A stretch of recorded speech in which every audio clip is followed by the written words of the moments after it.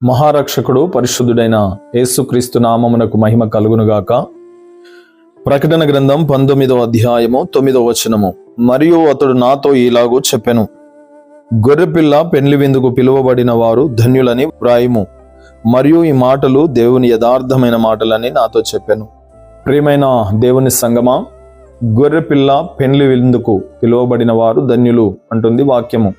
రారాజు అయిన ప్రభువులకు ప్రభు అయిన యేసు క్రీస్తుల వారు సకల మనుషుల పాపముల నిమిత్తమై పరలోకం నుండి ప్రేమమయుడిగా దిగివచ్చి దేవుని గొర్రెపిల్ల వలె అందరి కొరకు అందరి పాపముల నిమిత్తమై కలువరి శిలువ మ్రాను మీద వేలాడదీయబడిన వాడై తన ప్రాణమును పెట్టి రక్తమును కార్చి భూమి మీద తన కొరకై సంఘముగా నిన్ను నన్ను ఏర్పాటు చేసుకున్నాడు.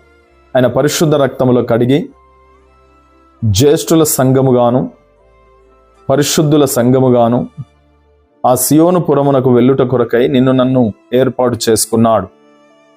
సంఘవ వధువు వలె భూమి మీద నేను సిద్ధపరచబడడానికి ప్రభువు త్యాగం చేశాడు. ఇదిగో మరలా రాబోతూ ఉన్నాడు. మరణపు ముళ్ళును విరిచి సమాధిని గెలిచి పునరుద్ధానుడై లేచి ఆరోహణుడై వెళ్ళిన ప్రభువు మరలా రాబోతూ ఉన్నాడు. పెళ్లి కుమారుడి వలె వచ్చి సంఘమును వివాహమాడుట కొరకు రాబోతూ ఉన్నాడు. మధ్యాకాశంలో ప్రభువుతో వివాహము జరగబోతున్నటువంటి తరుణం ఇది. ప్రియ సంఘమా, గొర్రెపిల్లతో వివాహం జరగవలసినటువంటి తరుణములో నేనున్నాం గనుక పెళ్లి విందుకు మనమందరం పిలువబడుతున్నటువంటి తరుణములో ఉంటుండగా ఆ వివాహములో పాలు పంపులు పొందడానికి దేవుడు నీకు గొప్ప భాగ్యాన్ని ఇచ్చాడు, గొప్ప పిలుపునిచ్చాడు.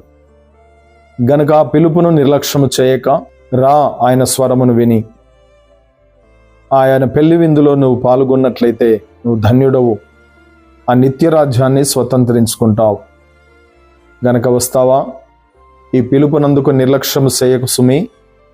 ప్రభువు నీతో మాట్లాడుతున్నాడు, నిన్ను పిలుస్తున్నాడు, రమ్మని నిన్ను ఆహ్వానిస్తూ ఉన్నాడు.